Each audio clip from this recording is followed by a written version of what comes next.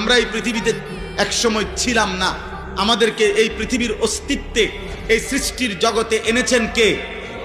এরপরে মায়ের পেট থেকে যখন আমরা বের হলাম, এরপরে আল্লাহ তাআলা আমাদের লালন পালনের দায়িত্ব নিছেন কোন বছর থেকে? 4 বছর থেকে, 2 বছর বয়স থেকে। কখন থেকে? অস্তিত্বের প্রথম মুহূর্ত থেকে। অস্তিত্বের কোন দিন থেকে? প্রথম মুহূর্ত থেকে।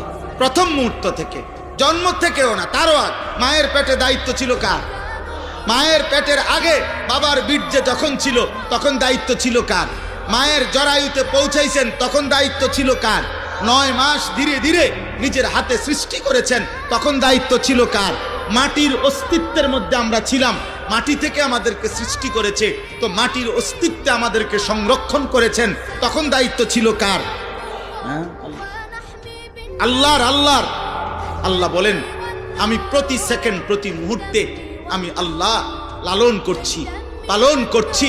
এজন্য আমি রব। তুমি বান্দা জানো না কখন তোমার কি লাগবে।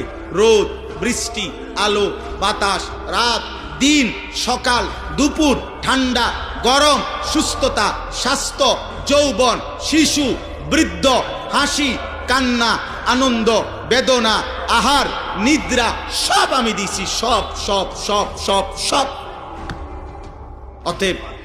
অতএব এত কিছুর বিনিময়ে যদি আমি আল্লাহ আমার নামটা তোমার জবানে না শুনি, আমার সেজদাটা যদি আমি না পাই, এর চাইতে বড় অকৃতজ্ঞতা, এর চাইতে বড় সীমা লঙ্ঘন, এর চাইতে বড় গাদ্দারি আর কি হইতে পারে?